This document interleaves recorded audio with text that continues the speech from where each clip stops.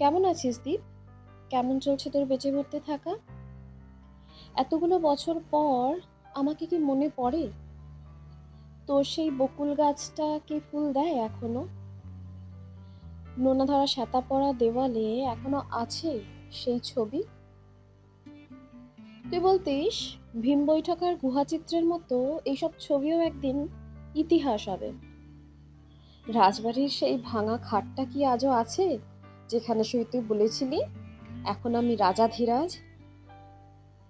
এতদিন পর চিঠি লিখছি বলে অবাক হয়েছিস না? শান্ত পুকুরের জলে কেন বাপু ঢিল ছোড়া? কাজ টাজ কিছু পেয়েছিস নাকি রঙের ফেরিওয়ালা?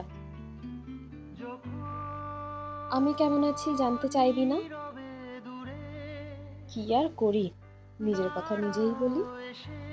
জানিস দীপ, কাল অ্যারান্ডেল গেছিলাম মাঝরাতে সূর্য দেখতে।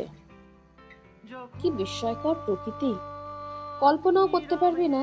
প্রচুর আলো, তবু যেন আলো নয়, ঠিক তোর মতো একটা নিবিড় মোহময় স্বপ্ন।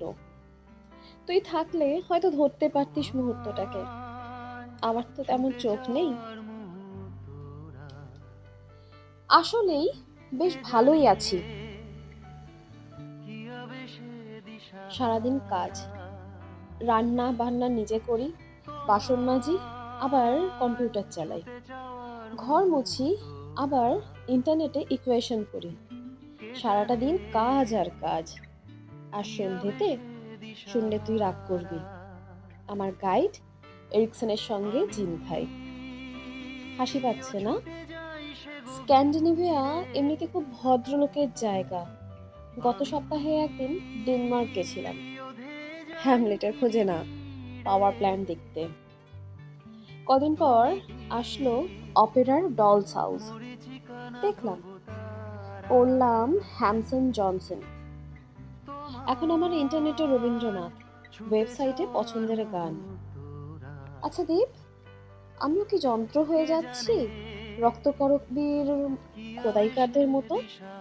একটা সংখ্যা www.mon.com। অ্যারেন্ডালে সূর্য দেখে তোকে দেখতে খুব ইচ্ছে করছে। আমার গাইড বলেন নেচার্স ব্লাসফেমি। তুই কি বলতিস রে দীপু? সেই পাহাড়টা ছিল দেবগিরি কিংবা অলকা, আর সেই পিছল পাহাড়ে শীতল ঝর্ণার জল, ঘোরানো সিঁড়ির নিচে মন্দির। সূর্য এসে বিকেলের সিঁদুর দেয় সিঁথিতে। একটা বিশ্বস্ত রাত, বিন্যস্ত সকাল, বিধ্বস্ত সময়। মা গো, কি সব ভাষায় লিখছি, এই যে পদ্য হয়ে যাচ্ছে। তুই আমাকে প্রায় বলতিস লেখ লেখ, লিখতে গেলে আমার হাত ধরে যায়। তুই বলতিস তোর অনুভব নেই, হাত না হোক মন দিয়ে লেখ। দেখ, আমিও লিখি রে, চোখের জল দিয়ে লিখি। তুই পড়তে পারিস না, সে তো আমার দোষ না।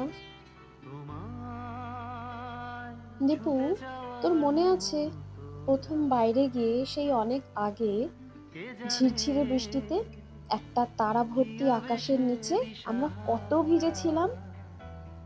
সেদিন মনে হয়েছিল এমন দিনে তা বলা যায়। আমি এখন ওয়েবসাইট নিয়ে বসবো, মাকড়সার জালের মতো তরঙ্গ বেয়ে আসবে বিশ্ব চরাচর। এমন দিনে আর কিছুই বলা যায় না। ছুটে যাই সে দিগন্তে, আমি ওধে যাই কি আনন্দে। তুমি কি ভুলে যাওয়া কবিতারা